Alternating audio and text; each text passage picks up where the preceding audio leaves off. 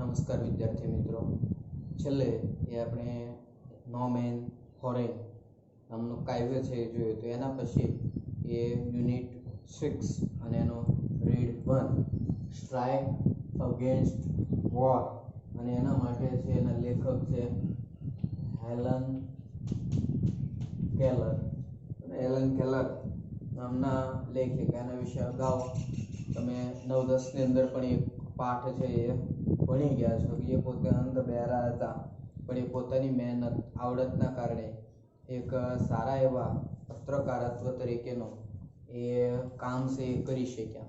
સાથે સાથે એ એવું પણ માનવામાં આવે છે કે ભાઈ જ્યારે અમેરિકા પોતે છે એ વર્ગ વિગ્રહની સ્થિતિની અંદર એ હતું કે જેમાં છે એ ગુલામો અને માલિકો આવા બે વિભાગો હતા. સાથે સાથે છે એ શ્વેત અને અશ્વેત એવા પણ એ ભાગ જ્યારે આપણને જોવા મળતા હતા. આ પરિસ્થિતિની અંદર એ ન્યુયોર્ક શહેર જે છે એના કાર્નેગી હોલની અંદર હેલન કેલરે એક વક્તવ્ય આપ્યું હતું. અને આ વક્તવ્ય છે એ દેશની જનતા એને એક ચેતવણી આપી હતી, એને એક વોર્નિંગ આપી હતી કે ભાઈ આપણે છે સ્ટ્રાઇક લડવાનું છે. સ્ટ્રાઇક એટલે લડવું, ની સામે લડત ચલાવી, અગેન્સ્ટ એટલે ની સામે. કોની સામે લડવાનું છે? તો કે યુદ્ધની સામે. એ સમયની પરિસ્થિતિ એવી હતી કે આખો વિશ્વ માટે છે એ સામ્રાજ્યવાદની નીતિ અસ્તિત્વમાં હતી, અને આ સામ્રાજ્યવાદની નીતિના કારણે લોકો એકબીજા સાથે લડતા ઝઘડતા, એકબીજાના પ્રદેશો છે એ પડાવી લેવા માટેની એ જહેમત સરકારો દ્વારા ઉઠાવવામાં આવતી. હવે આવી પરિસ્થિતિમાં શું કરવામાં આવતું? તો કે સીધો અને ટૂંકો સિદ્ધાંત એવો વાપરવામાં આવતો હતો કે સૈનિકોની જરૂર પડે એટલે જે તે વિસ્તારની અંદર જઈ ત્યાંથી સીધી ભરતી કરી લેવાય, એના હાથમાં હથિયાર આપી દો, ધ્વજ આપી દો, લડવા માટે એને છૂટા મૂકી દો, પોતાની રીતે લડ્યા કરશે. હવે આ પરિસ્થિતિમાં જે ઊંચા સ્થાને બેસેલા લોકો છે એ સૌથી સલામત છે.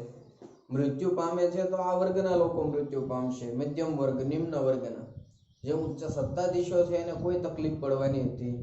તો આવી પરિસ્થિતિમાં આ લોકો જે છે એની માનસિકતાને ઉજાગર કરવા માટે હેલન કેલરે ન્યુયોર્ક સિટીની અંદર કાર્નેગી હોલ છે એની અંદર સ્ટ્રાઇક અગેન્સ્ટ વોર કરી અને એક સ્પીચ આપ્યું, એક વક્તવ્ય આપ્યું કે જેમાં એણે લોકોને ચેતવા એનું આપણે અહીંયા પઠન કરીશું. જોઈએ. Two begin with. હવે અહીંયા આજે પાઠ છે એની શરૂઆત આજ થોડીક અલગ રીતે ટ્રાય કરીએ. આપણે આખા પાઠનું ભાષાંતર કરીશ અને એમાંથી જે પ્રશ્નો આવતા છે એ મુજબ લખશું. એટલે આપણે એ બોર્ડમાં હું જે અઘરા શબ્દો લખતો જાઉં એ આપણે બુકમાં છે એ લખવાના રહેશે. એટલે જ્યાં અઘરા આવશે ને પાઠ જેમ જેમ આગળ ચાલતો જશે એમ જ્યારે તમે આ વિડીયો લેક્ચર જોતા હોય ત્યારે તમારી અનુકૂળતા માટે એ આપણે અંગ્રેજી પાઠ્યપુસ્તક છે એ સાથે રાખીશું કે જેના કારણે થોડુંક વધારે આપણને અનુભવ મળે. ટુ બિગિન વિથ, શરૂ કરતા પહેલા, આઈ હેવ અ વર્ડ, મારી પાસે અમુક શબ્દો છે, મારે કંઈક કહેવું છે. ટુ માય ગુડ ફ્રેન્ડ, મારા મિત્રોને. ધ એડિટર્સ, શબ્દ છે એડિટર્સ, એડિટર એટલે સંપાદક. એન્ડ અધર, અને બીજા લોકો. હુ આર મૂવ્ડ ટુ પીટી મી, કે જેવો છે એ મૂડ દર્શાવે છે પીટી, દયા, સહાનુભૂતિ. જેમને મારા પ્રત્યે થોડીક દયા છે, સહાનુભૂતિ છે, એને બાબતે મારે એને અમુક શબ્દો કહેવા છે, મારે એને કંઈક કહેવું છે. સમ પીપલ આર ગ્રીવ્ડ, કેટલા લોકો છે એને ગ્રીવ,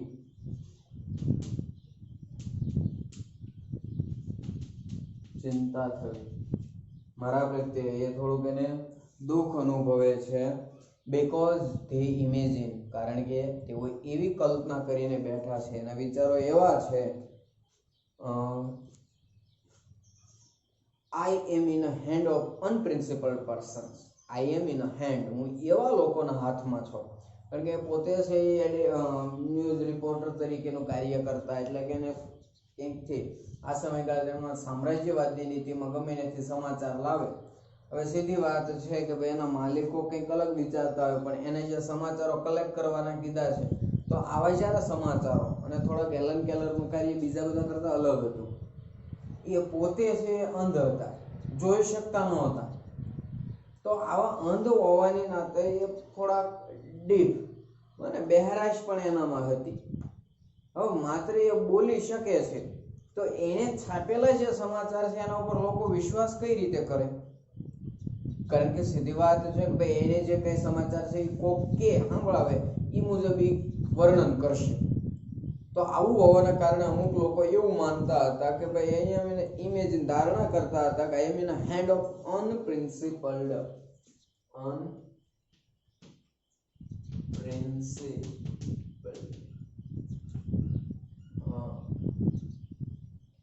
બિનસૈદ્ધાંતિક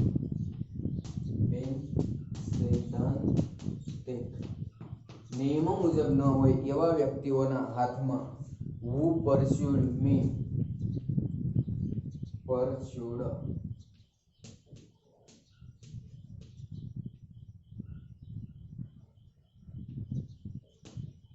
આગ્રહ રાખવો અથવા તો એમની વાત છે એ રજૂ કરાવવી.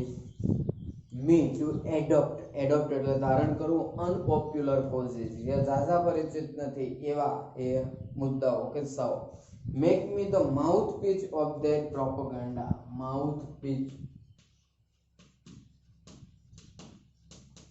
મોહર અને એનું જે propaganda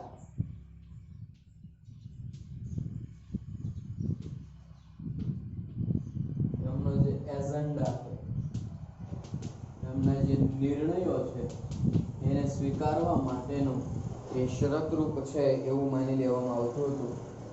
now let it be understood once, ના હવે લેટ ઇટ બી અન્ડરસ્ટુડ, એક બાબત સમજી લઈએ આપણે. ફોર ઓલ ધેટ, આ બધા માટે, I do not want that pity, મને એવા કોઈની સહાનુભૂતિની જરૂર નથી. હું અંધ છું, બેરી છું, મારા પ્રત્યે કોઈ સહાનુભૂતિ, કોઈ દયા દાખવવાની જરૂર નથી. I would not change places with one of them, જેને મારા પ્રત્યે દયા છે, સહાનુભૂતિ છે, તો I wouldn't change my place, હું મારી જગ્યા નહીં બદલું. મને એવું નહીં થાય કે આના બદલે હું આની જગ્યાએ હોત તો વધારે સારું રહે, આ લોકો મારી બદલે છે એ સારું કાર્ય કર, મને એવું ક્યારેય નહીં થાય. I know what I am talking about, મને એ પણ ખ્યાલ છે હું શું બોલી રહી છું. માય સોર્સ ઓફ ઇન્ફોર્મેશન, આપણો પહેલો પેરેગ્રાફ છે એમાં પેરેગ્રાફ પહેલાના પ્રશ્નો આપણે જોઈશું. માય સોર્સ ઓફ થી લઈ અને મિસઅન્ડરસ્ટુડ ક્લાસ એ આપણે શબ્દો સાથે જોતા જઈશું. માય સોર્સ એટલે સ્ત્રોત, મારા જે સ્ત્રોતો છે ઓફ ઇન્ફોર્મેશન, માહિતી હું જ્યાંથી મેળવું છું, આર એઝ ગુડ, એટલા જ સારા, એન્ડ રિલાયેબલ ભરોસા પાત્ર. જ્યાંથી માહિતી મેળવું છું એટલા જ સારા અને વિશ્વાસ પાત્ર છે એઝ એનીબડી એલ્સ, જેટલા તમારા બધાના બીજા કોઈના છે. મને માહિતી મળે છે એ ખોટી છે એવું હું માનતી નથી. આ હું જ્યાંથી માહિતી મેળવું એ ખૂબ સારી જ છે. I have papers and magazine, મારી પાસે પેપર કાગળિયાઓ છે, મેગેઝિન સામયિકો છે. ફ્રોમ, ક્યાંથી? તો કે ઇંગ્લેન્ડમાંથી આવે છે, ફ્રાન્સમાંથી આવે છે, જર્મની એન્ડ ઓસ્ટ્રિયા, આ 4 દેશોના એ સામયિકો, વર્તમાનપત્રો, પેપરો મારા સુધી પહોંચે છે. That I can read myself, અને હું વાંચું છું. આપણે પ્રશ્ન થાય કે અંધ છે તો વાંચે કઈ રીતે? પણ આપણે જાણીએ છીએ કે અંધને વાંચવા માટે એ બ્રેઇલ લિપિ એ આવે છે, અને આ બ્રેઇલ લિપિમાં લખેલા કાગળ છે એ મંગાવતા, કે જેના કારણે વાંચન કાર્ય કરી શકે, એનો એ અનુભવ છે એ લઈ શકે. Not all the editors I have met can do that, અને એક વાત બહુ સારી એને કીધી કે ભાઈ નોટ ઓલ એડિટર, જેટલા પણ સંપાદકો છે, જેટલા પણ માહિતીનું એડિટિંગ કરવા વાળા છે એ કેન ડુ ધેટ, આ કરી શકતા નથી. મતલબ કે હેલન કેલર પોતે 4 ભાષા જાણે છે, એને 4 ભાષાનો પરિચય છે. બધા જ એડિટર આવું કરી શકતા નથી. એને શું કરવું પડે છે? તો કે quite a number of them, એમાંના ઘણા એડિટર હેવ ટુ ટેક, રાખવા પડે છે ધેર ફ્રેન્ચ એન્ડ જર્મન, એમના ફ્રેન્ચ અને જર્મન ભાષાના સમાચાર છાપવા માટે, વાંચવા માટે સેકન્ડ હેન્ડ એનું એ બીજા પાસે છે એનું વંચાવવું પડે છે, એને એ અનુવાદ છે એ કરાવવો પડે છે. No I will not depreciate the editors. ના, એના ભાઈ આવું કરે છે, બધાને ફ્રેન્ચ જર્મન નથી આવડતી, ઓસ્ટ્રિયાની ભાષા વાંચી નથી શકતા, તો આઈ વિલ નોટ ડેપ્રિશિએટ, ડીએપ્રિશિએટ નિંદા કરવી, તો હું એમની નિંદા કરીશ નહીં. કોની? તો કે આ એડિટરોની, કારણ કે દે આર એન ઓવરવર્કર. આ બધા છે એ કેવા છે? તો કે ઓવરવર્ક, વધુ પડતું કામ કરે છે. પણ કઈ રીતે? તો કે મિસઅન્ડરસ્ટુડ. મિસઅન્ડરસ્ટુડ એટલે કે સમજ્યા વિના, ગેરસમજણ. આ બધા જ છે એ અણસમજુ છે, એ જાજુ સમજતા નથી. લેટ ધેમ રિમેમ્બર, જો કે આ બધાને યાદ અપાવવું છે, મારે કહેવું છે કે if I can not see the fire at the end of their cigarette. ઉદાહરણ આપે છે, if I can not see, જો હું જોઈ શકી નથી, ફાયર એટલે આગ, at the end of their cigarette, એ જે બીડી પીવે છે, જે સિગારેટ પીવે છે, એના છેડે સળગતી આગ નથી જોઈ શકતી. મતલબ એ અંધ છે, એટલે સામેવાળા શું કરી નથી જોઈ શકતી. neither can they thread એટલે દોરો, ધાગો, needle એટલે સો.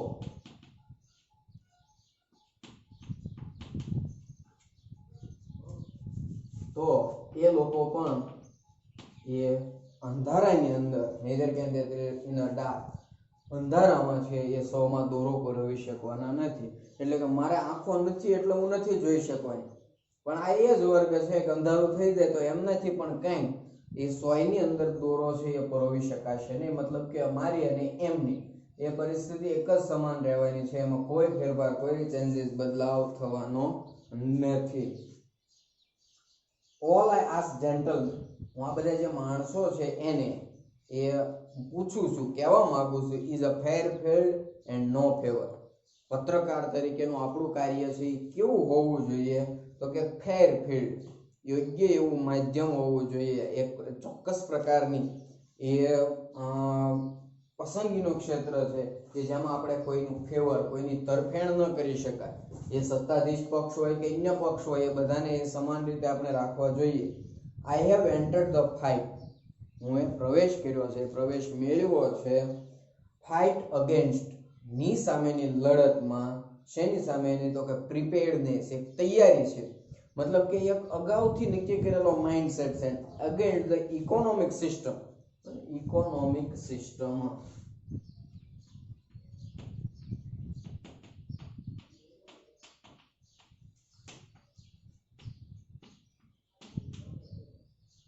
અર્થતંત્ર અંડર વિચ વી લીવ, કે જેની નીચે આપણે રહીએ છીએ, જેની સાથે આપણે જીવીએ છીએ.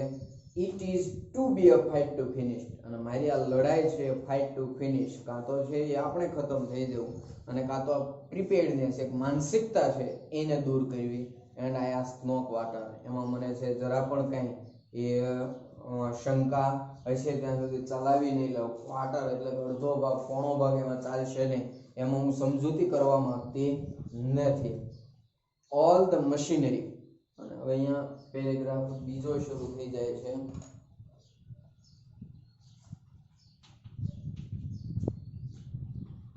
ઓલ ધ મશીનરી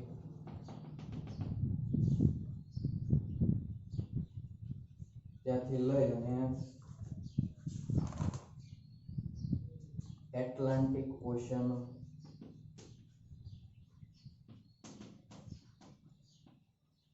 ત્યાં આપણે શબ્દ લખીએ. ઓલ ધ મશીનરી machinery બધા યંત્રો સામગ્રી of the system has been set in motion. અહીંયા આપણે આ યંત્રોના સંદર્ભમાં અથવા તો જે સિસ્ટમ આખું જે વ્યવસ્થા તંત્ર છે has been set in motion. Motion એટલે ગતિમાં સક્રિય થઈ ગયું છે above the complaint એટલે ફરિયાદ and din એટલે અવાજ પડઘો અથવા તો ઘોંઘાટ શેનો આ બધો ઘોંઘાટ છે તો કે protest from worker is hard the voice of authority અને જે પ્રોટેસ્ટ થાય છે પ્રોટેસ્ટ એટલે વિરોધ કોના દ્વારા તો કે વર્કર કામદારો દ્વારા હર્ડ સાંભળવામાં આવે છે વોઇસ ઓફ ઓથોરિટી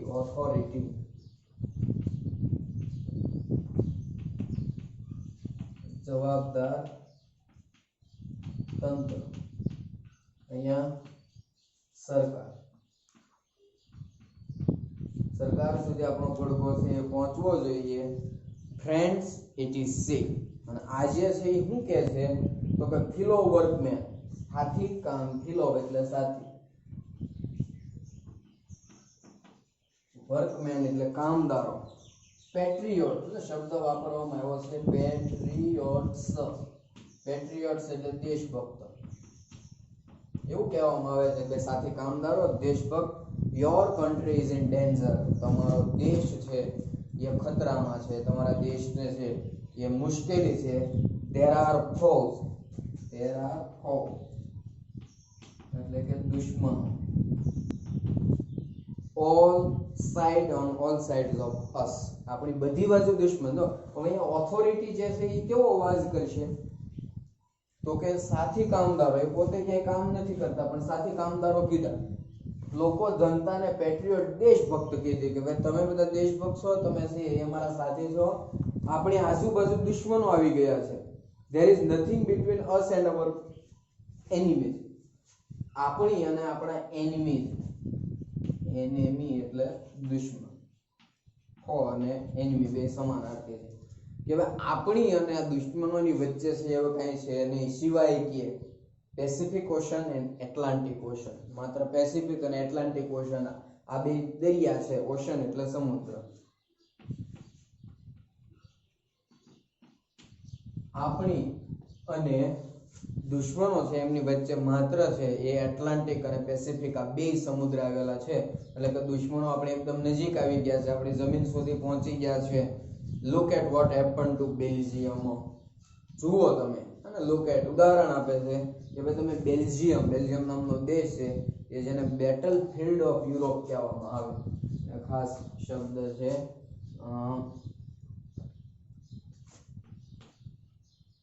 બેલ્જિયમ એના માટે શબ્દ વપરાય બેટલ ફિલ્ડ ઓફ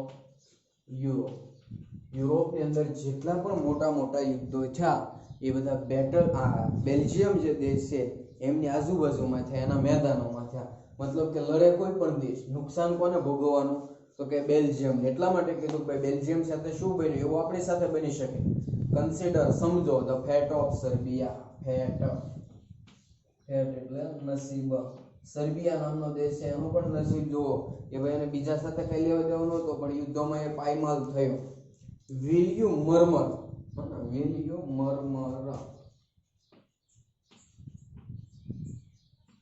मतलब કે ગણગણ બોલવું about શેના વિશે તો કે લો વેજીસ ઓછું વેતન કે ભાઈ જ્યારે દેશ તમારો ખતરામાં છે ત્યારે તમે લો વેજીસ ઓછા વેતન વિશે વાત છો when your country your very liberty are in danger જ્યારે કન્ટ્રી એટલે કે દેશ અને લિબર્ટી એટલે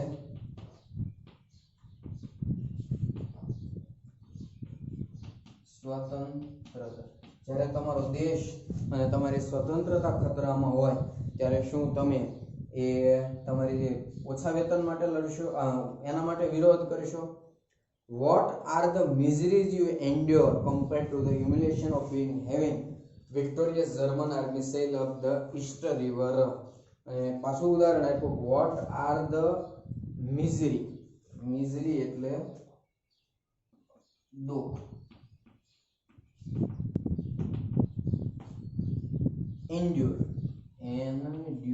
endure એટલે સહન કરવું, humiliation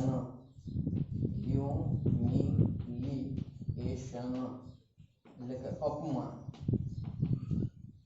જ્યારે વિક્ટોરિયસ જર્મન આપણી સામે લડવા વાળું જર્મની જે છે એની આર્મી સેલ અપ એટલે તરીને આવશે ઈસ્ટ રિવર, પૂર્વની નદીઓ ઉપરથી ચડાઈ કરશે અને આપણને હરાવી દેશે અને જીતતા જીતતા આગળ આવશે ત્યારે એની જે સેના ચાલી આવતી હોય એને એ જીતતી જોઈ અને આપણે જે અપમાન સહન કરવું પડશે એ તમે જોઈ શકશો. એ આપણી સાથે વર્તાવ કરશે એ તમને ગમશે. ક્વિટ યોર ગ્રમ્બલિંગ, ક્વિટ એટલે છોડી દેવું, ગ્રમ્બલિંગ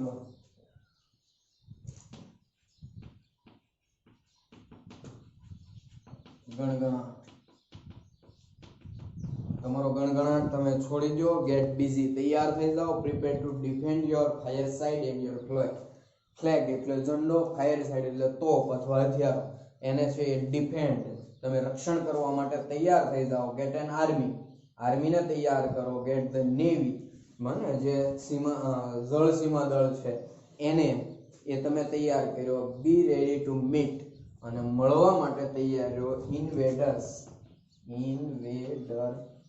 ઇન્વેડર્સ એટલે ઘૂસણખોરો અથવા તો આક્રમણ કરનાર, જે આક્રમણકારીઓ છે એમને loyal attack Freeman you are, તમે જે રીતે એ લોયલ હર્ટ એક ઉમદા હૃદયવાળા સ્વતંત્ર વ્યક્તિ છો એની જેમ એની સાથે લડવા માટે તમે તૈયાર રહ્યો. મતલબ કે જર્મની આવીને જીતી જશે અને જે અપમાન આપણે સહન કરવું પડશે એના કરતા એ તમે એની સામે લડી અને એને હરાવી અને એક સ્વતંત્ર માણસ તરીકે છે એ લડવા માટે તૈયાર.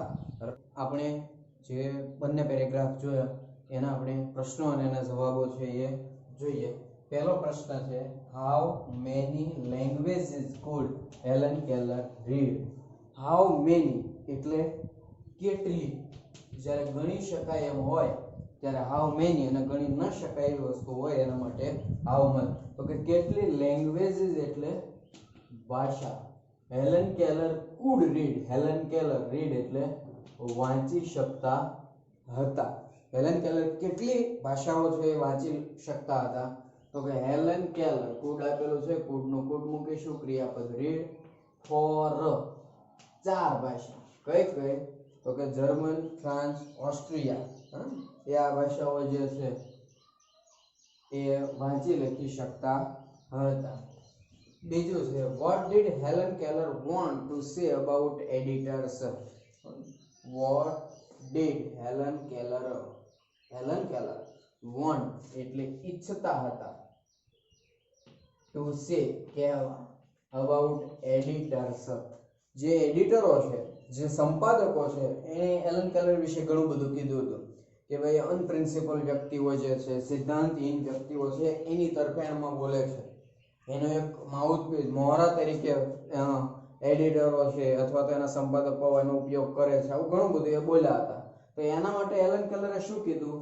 તો કે હેલન કેલર વોન્ટેડ, અહીંયા જો ડીડ આપેલું છે એટલે ભૂતકાળનું રૂપ વોન્ટનું, એટલે કે વોન્ટેડ ટુ સે કહેવા માંગે છે અબાઉટ ધ એડિટર્સ સંપાદકો, વેર એન ઓવરવર્કડ જરૂર કરતા વધારે કામ કરનારા, એન્ડ મિસઅન્ડરસ્ટુડ ક્લાસ અણસમજુ વર્ગ છે.